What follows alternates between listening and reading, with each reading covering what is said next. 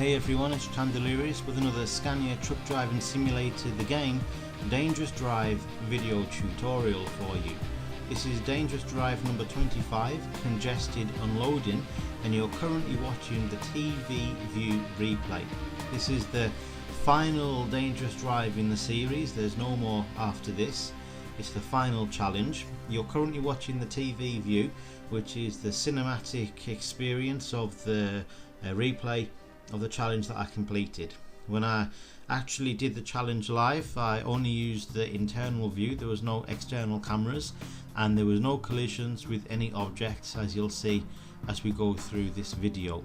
If you want to check out the interior view or the unbumper view, you can check them out. There's links at the end, and there's also the whole playlist that you can watch. Every single challenge that I've completed so far in the entire series. Managed to get 500 points throughout, so it's a perfect score, and they're also available to view. But without any further ado, please sit back and enjoy the very final of the Scania truck driving simulator, the game Dangerous Drives. This is number 25, Congested Unloading.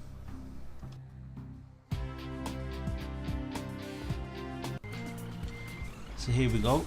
We're starting in an alley that we need to reverse out of. I'm going to spin the trailer around. There's a trailer behind us that we need to make sure not to crash into. Plenty of room there. Reverse a little bit more, then we can turn the cab. If you've seen the interior view video, you'll know that I actually failed the challenge before I even got to this point, because I think I hit the wall on the right.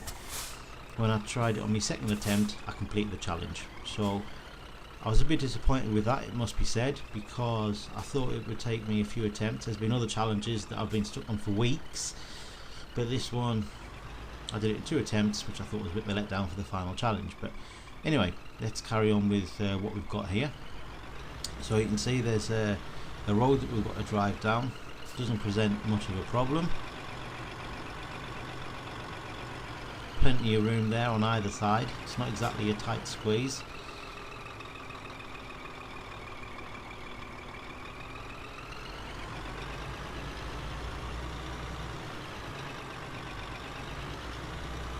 It's like a Sunday afternoon drive. Up the curb there. Take it nice and gently so that we don't register as a collision.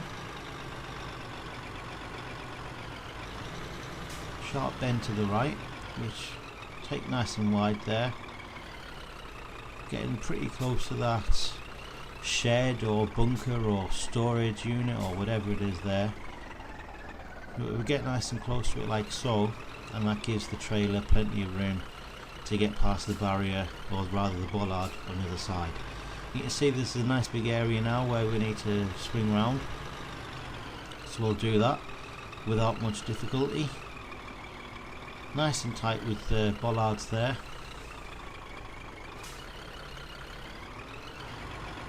No chance of hitting those cars. And straight down the road. A little bit of difficulty now to get through this gap between the 2 parked wagons, but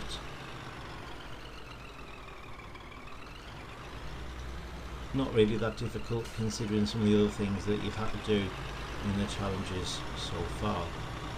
So what we've got coming up now is a stupidly parked transit van.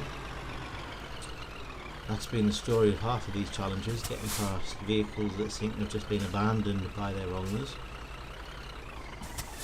And a delivery there of green parts, awkwardly placed to make it difficult to get past. So what we're going to do is just maybe bump up on the grass a little bit, and then we're past the transit van, which is all good news. If you checked out the other views, you know what's coming up. If you haven't, there you go. We've got a Ford Mondeo there in gold, which is again parked in the most awkward of places. So what we now need to do is angle the trailer so that we can